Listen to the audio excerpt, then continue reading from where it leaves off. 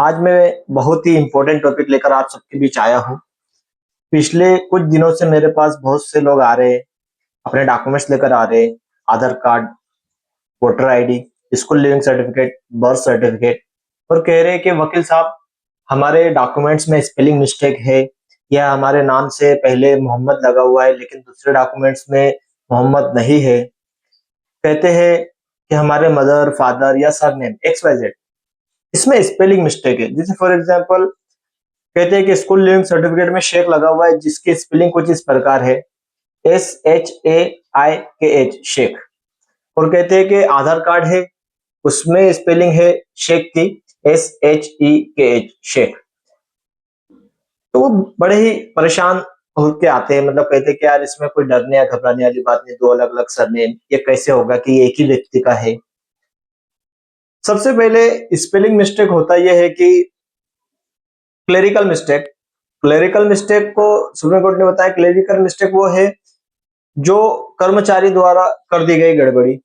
जैसे जैसे school leaving certificate जारी करता है स्कूल की ओर से, बर्थ सर्टिफिकेट जारी करती है नगर परिषद, आधार कार्ड आधार सेंटर से बनाया जाता है। तो वहां जो टाइपिस्ट होते हैं किसी भी डिपार्टमेंट में, वहां जो टाइपिस्ट होते हैं वो अपना नाम अपन बताते समय या उनके सुनने में प्रोनाउंसिएशन की मिस्टेक के कारण वो स्पेलिंग मिसमैच हो जाती है। या किसी में जैसे अमीन नाम है तो AMIN, किसी में डबल ए लग जाएगा। या समीर नाम है तो SAMIR समीर, या बहुत सारे आई की जगह डबल ई लग जाता है। तो दो अलग अलग डॉक्यूमेंट्स में ये होना संभव है। और भी बहुत सारे लोगों के इसमें MD, अब्दुल, AB, हाजी इस प्रकार से आगे ये उपाधि जोड़ दी जाती है। तो क्या हमें डरने की या घबराने की कोई जरूरत है इसके अंदर? तो आइए मैं समझाता हूँ आपको एक केस के माध्यम से जो सुप्रीम कोर्ट में ये केस आया था। एक नलबाड़ी जिले के रहने वाले हैं, असम राज्य के। नलबाड़ी जिला असम राज्य में है। वहां के रहने वाले मोहम्मद रहीम अली उर्फ अब्दुल रहीम का ये केस है, जिन पर वर्ष 2006 में नलबाड़ी डिस्ट्रिक्ट के ट्रिब्यूनल ने ये केस दर्ज किया था। अब वो केस में हुआ यूं था कि उनकी नागरिकता पे सवाल उठाए गए थे। फिर उनका जो केस था नलबाड़ी में ट्रायल हुआ, उसके बाद वो हाईकोर्ट आए, हाईकोर्ट के बाद फिर वो सुप्रीम कोर्ट आए। सुप्रीम कोर्ट ने उस केस के अंदर बहुत ही बेहतरीन जजमेंट दिया है।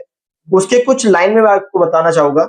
उसमें कहा गया है इस केस में भारत में रहने वाले लोगों के दो नाम होते हैं।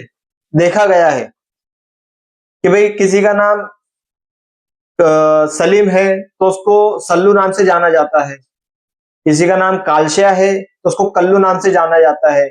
ऐसे नंबर ऑफ नाम हो सकते हैं। फिर दूसरी बात बताई है कि भारत के अंदर बहुत सारे लोगों के नाम के आगे उपाधि जोड़ दी जाती है या किसी के नाम के बाद उपाधि जोड़ दी जाती है।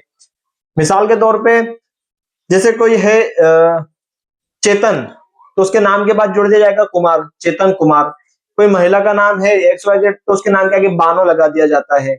या फिर मेल के अंदर देखेंगे तो कोई है फरहान तो उसके नाम के आगे मोहम्मद जोड़ दिया जाएगा या MD लगा दिया जाएगा। या फिर कोई नाम है जैसे ये जिसका एक केस है उनका नाम रहीम था तो उनके नाम के आगे मोहम्मद था और रहीम के बाद अली था तो मोहम्मद रहीम अली। और फिर एक उनका दूसरा नाम था अब्दुल रहीम। इस प्रकार के नाम है। तो सुप्रीम कोर्ट ने बताया कि क्लेरिकल मिस्टेक भी होती है स्पेलिंग वगैरह के अंदर, और ये उपाधि जोड़ना भी एक भारत के अंदर संभव है। तो ये केस से हमें ये समझ में आता है कि अगर ऐसे आपके किसी के नाम हो, सरनेम में मिस्टेक हो, मदर के, फादर के, किसी के नाम में स्पेलिंग मिस्टेक हो तो हमें घबराने की या डरने की कोई भी जरूरत नहीं है, क्योंकि सुप्रीम कोर्ट का ये जजमेंट है जो सभी कोर्ट में मान्य होता है। इसलिए हमें कोई भी प्रकार की घबराने और डरने की जरूरत नहीं।